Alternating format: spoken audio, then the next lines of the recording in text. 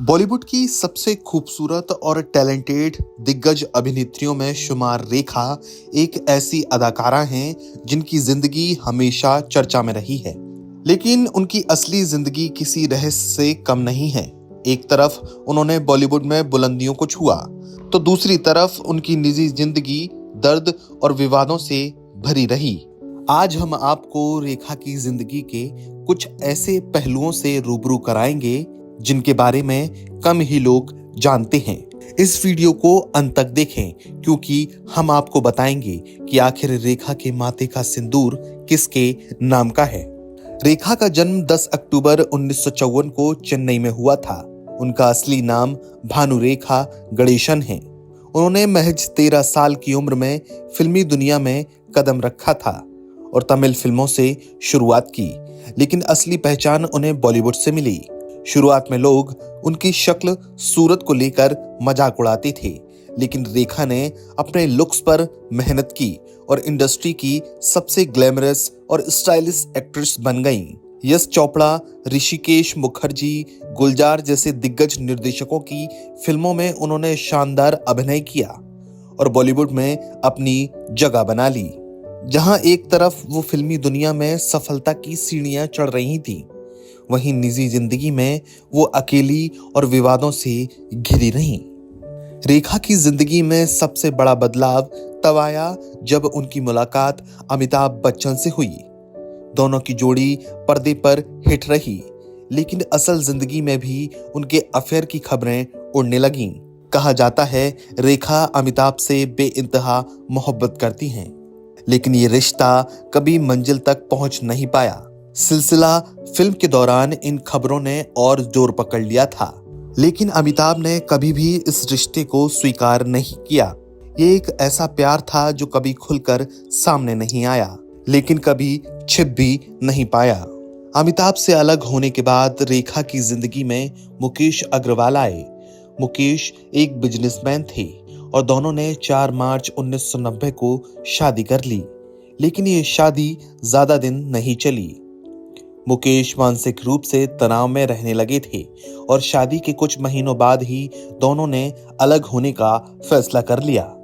और फिर 2 अक्टूबर 1990 को जब रेखा एक स्टेज शो के लिए अमेरिका में गई थी, तब मुकेश ने अपने फार्म हाउस में रेखा के दुपट्टे से फांसी लगाकर खुदकुशी कर ली। इस घटना के बाद रेखा को समाज ने एक अपराधी की तरह देखा। उन्हें हत्यारण, डायन जैसे भयानक शब्दों से बुलाया गया। यहाँ तक कि उनकी फिल्म शेषनाग के पोस्टरों पर कालिख तक पोत दी गई। सिर्फ इतना ही नहीं, सुभाष घई और अनुपम खेर जैसे लोगों ने भी रेखा के खिलाफ बयानबाजी की। इस दर्दनाक घटना के बाद रेखा पूरी तरह टूट गईं, लेकिन उन्होंने खुद को संभाला और फिर से अपने करियर पर ध्यान दिया। मुकेश अग्रवाल से पहले भी रेखा की शादी की खबरें आ रही थीं।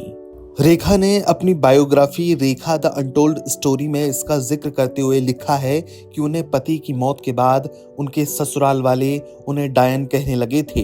बता दें, मुकेश अग्रवाल की मां ने रेखा पर अपने बेटे की हत्या का आरोप लगाया था। उन्होंने ये भी कहा था कि डायन मेरे बेटे को खा गई। इस घटना के बाद रेखा पूरी तरह टूट गईं, लेकिन उन्होंने खुद को संभाला और फिर से अपने करियर पर ध्यान दिया। मुकेश के बाद रेखा ने विनोद मेहरा से शादी की थी। कहा जाता है कि उन्होंने विनोद मेहरा से गुपचुप शादी की थी, लेकिन इस रिश्ते को कभी मंजूरी नहीं मिली। जहां तक कि जब रेखा शादी के बाद विनोद मेहरा के घर पहुंची, तो उनकी सास कमला मेहरा ने उन्हें घर में घुसने तक नहीं दिया। कहा जाता है कि उन्होंने रेखा को चप्पल से मारने की कोशिश की थी। इस शादी का सच क्या था, ये आज भी रहस्य बना हुआ है। रेखा जब किसी इवेंट में जाती हैं तो उनकी मांग में सिंदूर नजर आता है, लेकिन सवाल ये उठता है कि आखिर ये सिंदूर किसके नाम का है। कई लोगों का मानना है कि ये अमिताभ बच्चन के नाम का सिंदूर है। हालांकि रेखा ने इस पर कभी भी खुलकर जवाब नहीं दिया है। उन्होंने सिर्फ इतना कहा है कि सिंदूर लगाने का अधिकार हर औरत को है, चाहे वह शादीशुदा हो या नहीं। रेखा की जिंदगी हमेशा ही एक पहेली बनी रही। उनकी खूबसूरती, उनकी अदाकारी, उनकी खामोशी सब कुछ लोगों के लिए एक रहस्य बन गया। उन्होंने भले ही कई बड़े अवार्ड्स जीते हों, कई शानदार फिल्में दी हों, लेकिन उनकी निजी जिंदगी में जो दर्द था उसे बहुत कम लोगों ने ही समझ पाया है। तो दोस्तों, ये थी बॉलीवुड की सबसे रहस्यमयी अभिनेत्री रेखा की दर्द भरी कहानी। अगर आपको ये वीडियो पसंद आया हो तो इसे लाइक करें और शेयर जरूर करें। आपको रेखा की जिंदगी का कौन सा पहलू सबसे ज्यादा चौंकाने वाला लगा? कमेंट बॉक्स में हमें जरूर बताएं और हमारे चैनल को सब्सक्राइब करना ना भूलें ताकि आप ऐसे ही दिलचस्प वीडियो देखते रहें।